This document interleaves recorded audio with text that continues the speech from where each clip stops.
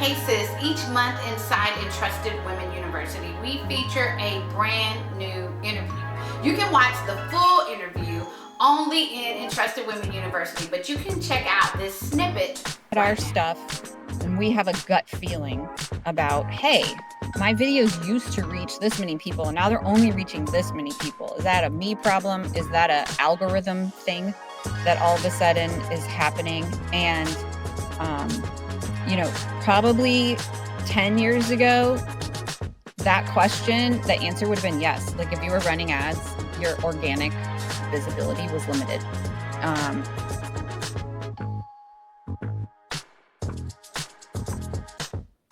Hello, Entrusted Women community. Woo, woo, woo. I'm so excited to be here with a much needed friend of mine, Stacy Kennedy. Hey, Stacy, how you doing? Hi, Kia. I love talking with you. This is going to be fun. It is going to be so fun, y'all. And if you've ever seen my ads on Facebook or Instagram, know that I didn't do it.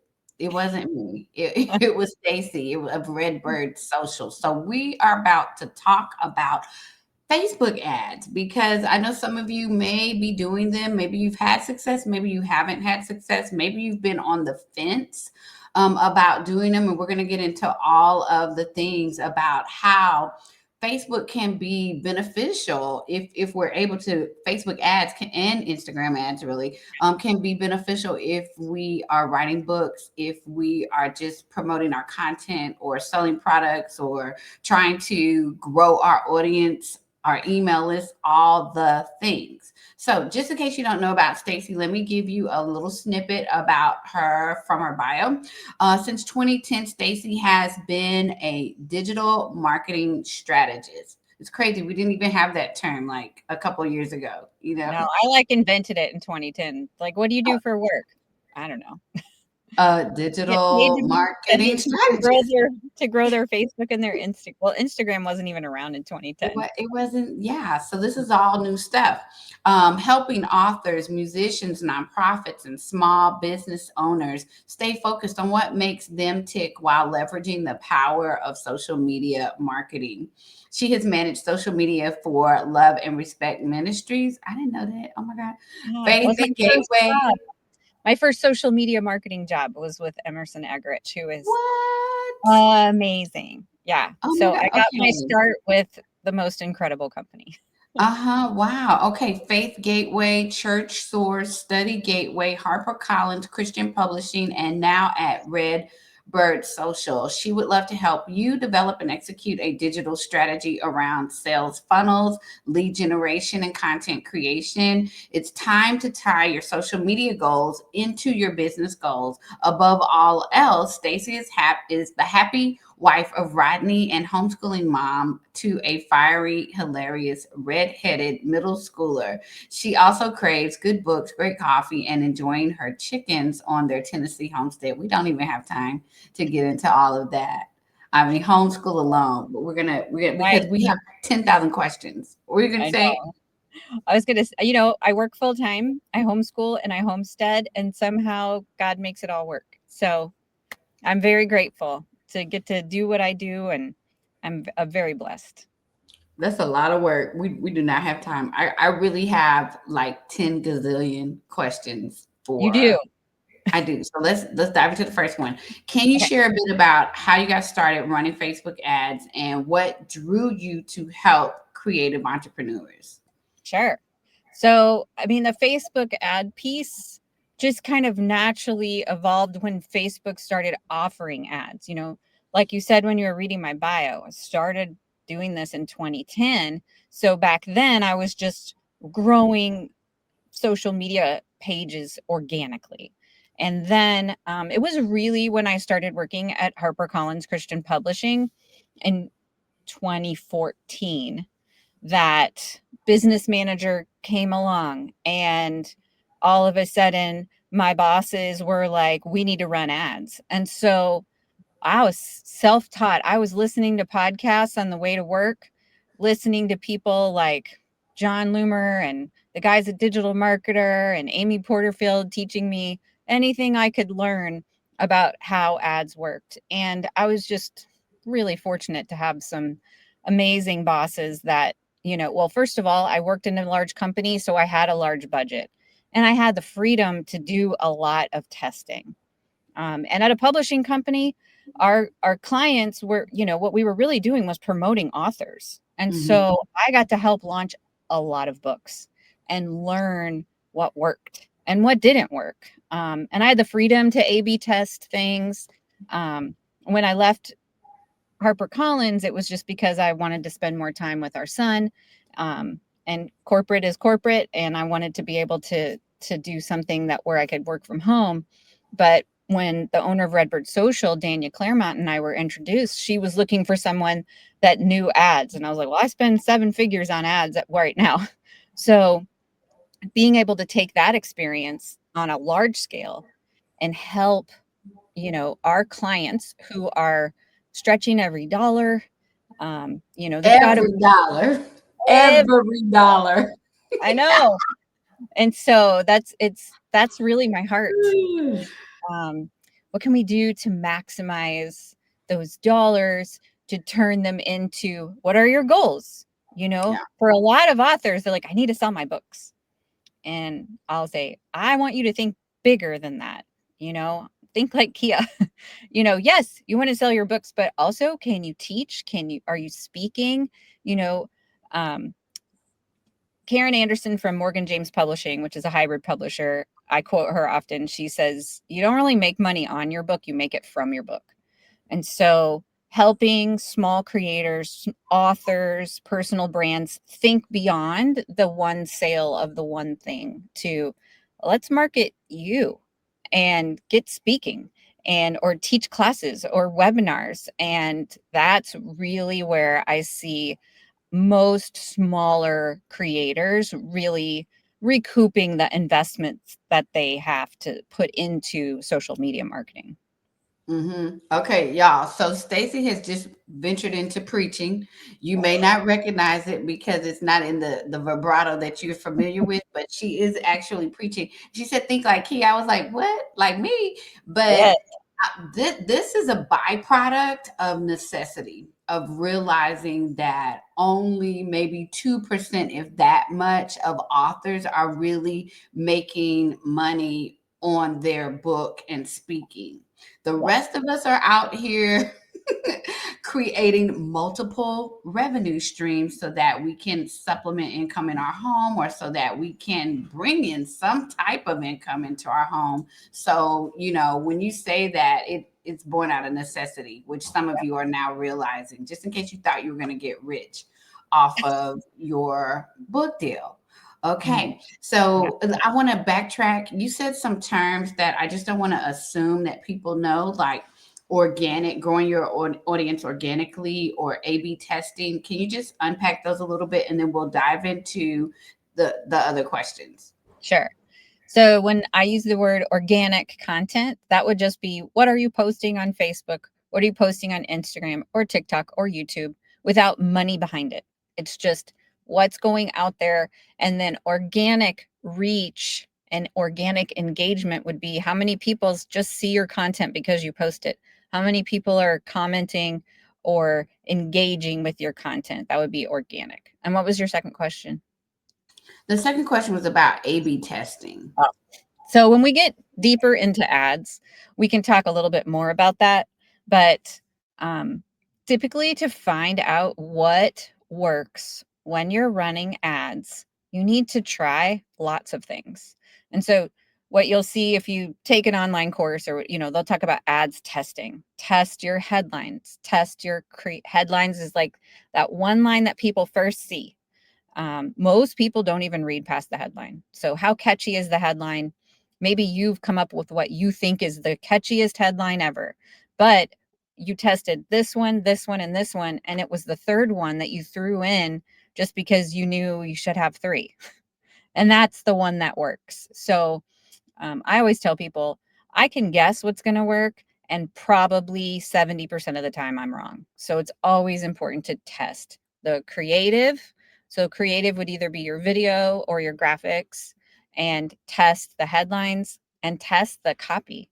What are you saying if somebody is going to read beyond the headline to what it is that your ad is trying to accomplish, testing even how you word certain things. And then when you talk about organic reach, that's so good, Stacy. It feels like that's changed over the time over time. Like I think maybe as Facebook ads have become more popular, it seems Yeah, like I don't know. Are you playing games with me, Facebook? Like I'm intentionally not going to give you a broad reach on this organic content because I want to motivate you or persuade you or really tie your hands so that you will go and buy ads so that your content can be seen. That's what it kind of feels like sometimes.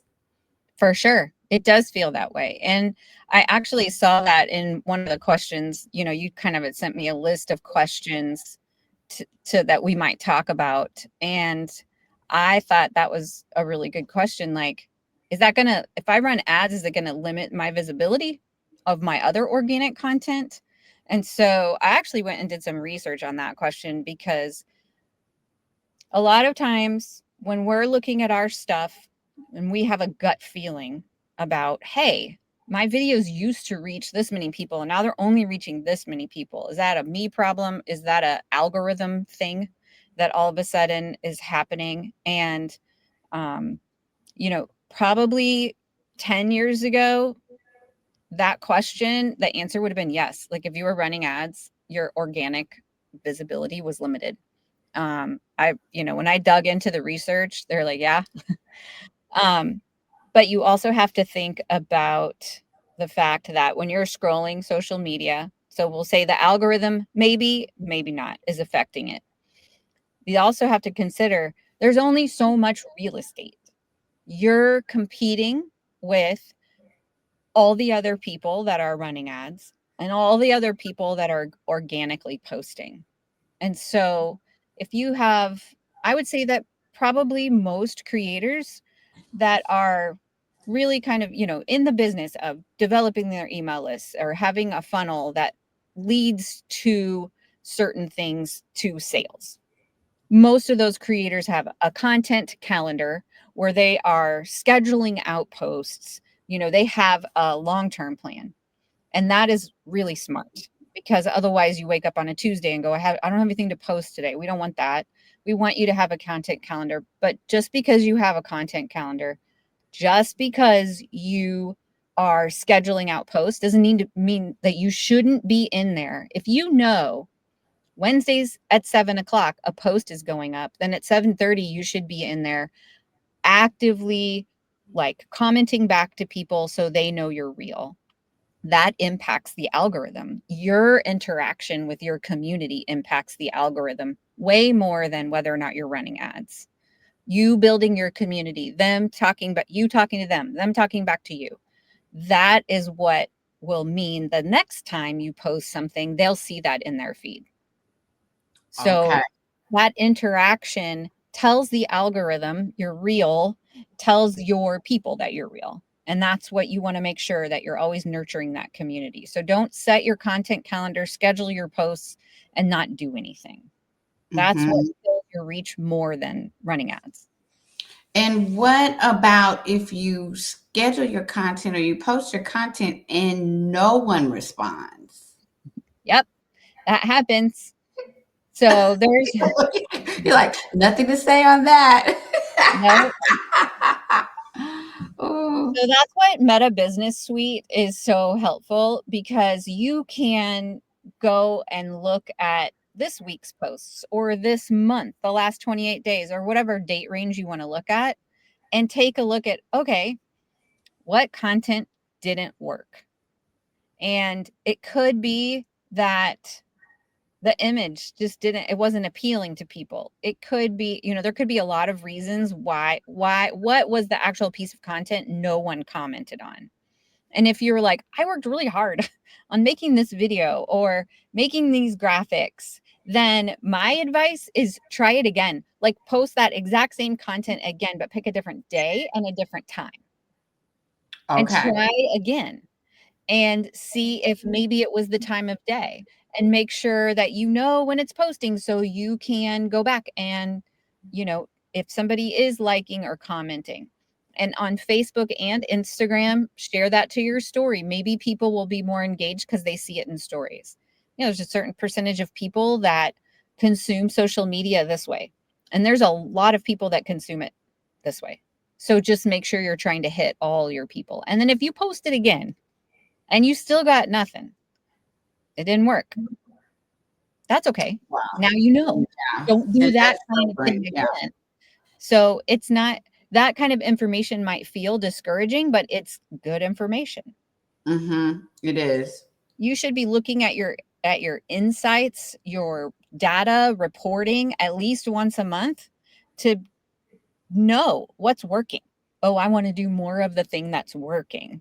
And look at the ones that are your bottom, no engagement, nothing, and say, you know, was it just a fluke? Or do I need to not do that anymore because it's a waste of my time? Mm-hmm.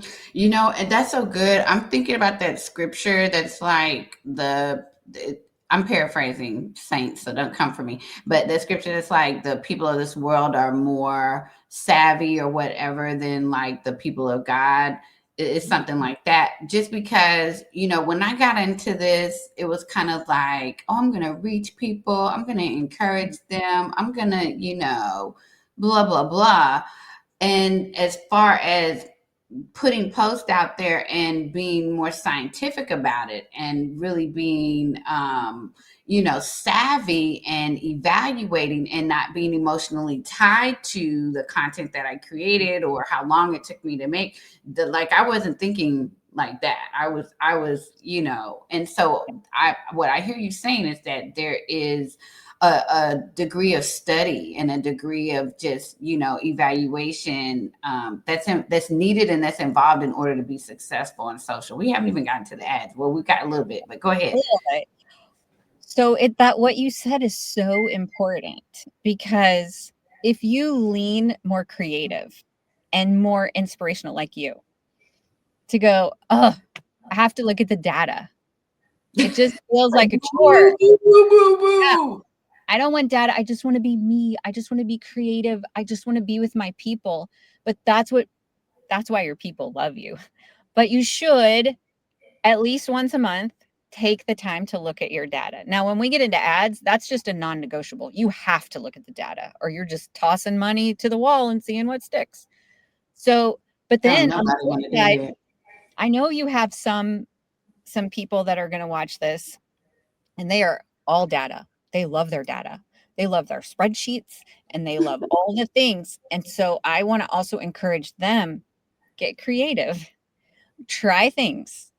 Go ahead and, you know, make sure that you also are leaning into the things that are uncomfortable because it really needs all of you.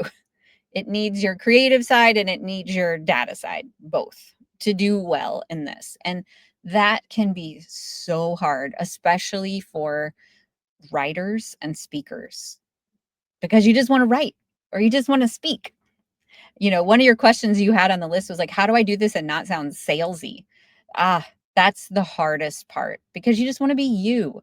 You just want to be out there. So I highly encourage you to continue to always be yourself and be who you are. But if you're trying to use social media to grow your business and bring in income, there's just more to it. And so you're going to have to do stuff that you don't love. So true. So true. Um, there's more I could say, but I'm not going to say it because we have questions. I'm really on question one. Okay, so question two.